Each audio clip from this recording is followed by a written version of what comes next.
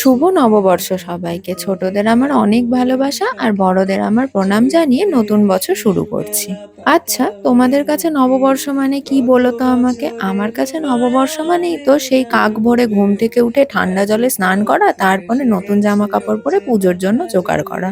এই বছরের নববর্ষে আমাদের অতিথি হলো এই মিষ্টি গোপুসোনা। আমি না এই গোপুসোনার পায়ের মাপ করেই পায়ের নুপুরটা কিনেছিলাম, পরে কিন্তু ওকে খুব মিষ্টি লাগছিল দেখতে। গণেশ ঠাকুরের সাথে আমার দুই গপুই কিন্তু সকাল সকাল রেডি হয়ে বসে পড়েছে।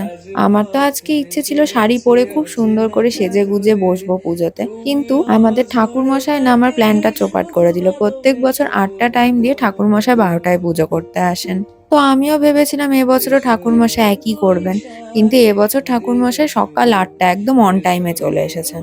তাই আর কি, অগত্যা আমার শাড়ি পরাটা আর এবছরের জন্য হলো না। ছোট থেকেই আমি দেখে আসছি আমাদের বাড়িতে গণেশ ঠাকুরের সাথে সাথে নারায়ণ শিলারও পুজো হয়। জানি না কেন নববর্ষে সিন্নি প্রসাদটায় না একটা আলাদাই টেস্ট থাকে।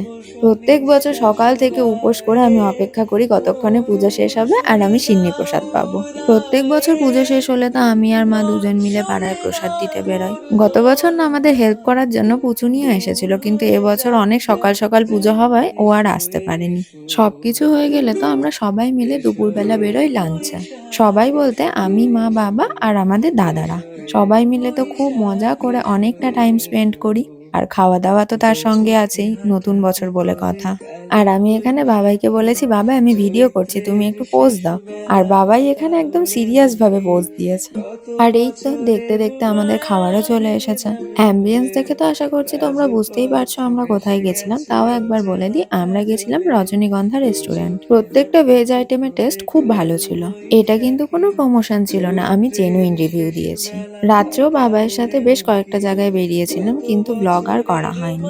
সবাইকে শুভ নববর্ষের অনেক অনেক শুভেচ্ছা। নতুন বছর সবার খুব খুব ভালো কাটুক। আজকের মতন শেষ। হরে কৃষ্ণ।